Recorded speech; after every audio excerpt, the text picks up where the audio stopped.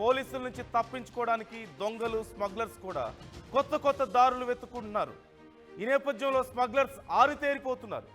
పోలీసులకు దొరకకుండా చివరికి స్మగ్లింగ్ కోసం వంటలని వాడుకుంటున్నారు.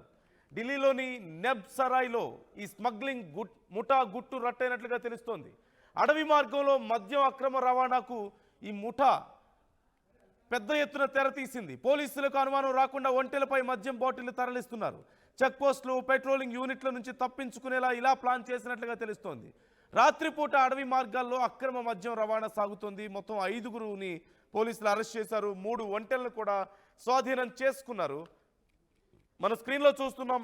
ఆ 3 ఒంటెలను పోలీసులు స్వాధీనం చేసుకున్నారు. అలాగే ఆ 3 ఒంటెలని ఉపయోగించుకొని తరలిస్తున్నటువంటి మద్యం బాటిళ్లను కూడా పోలీసులు స్వాధీనం చేసుకున్నట్లుగా తెలుస్తోంది.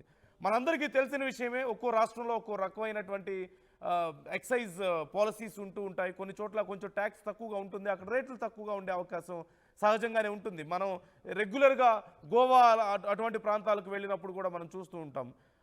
ఈ నేపథ్యంలో అలాంటి ప్రాంతాల నుంచి తక్కువ రేట్లో మద్యం బాటిళ్లను తీసుకొచ్చి వాళ్ళ రాష్ట్రాల్లో అమ్ముతూ ఉంటారు, స్మగ్లింగ్ చేస్తూ ఉంటారు.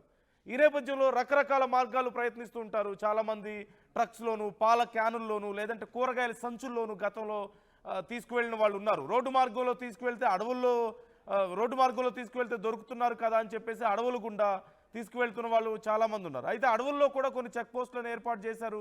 అక్కడ కూడా చెక్ చేస్తున్న నేపథ్యంలో వాహనాలు అయితే చెక్ చేస్తారు కదా, జంతువులు అయితే చెక్ చేయరు కదా అని చెప్పేసి జంతువుల్ని ఈ స్మగ్లింగ్కి ఉపయోగించుకున్నట్లుగా తెలుస్తుంది.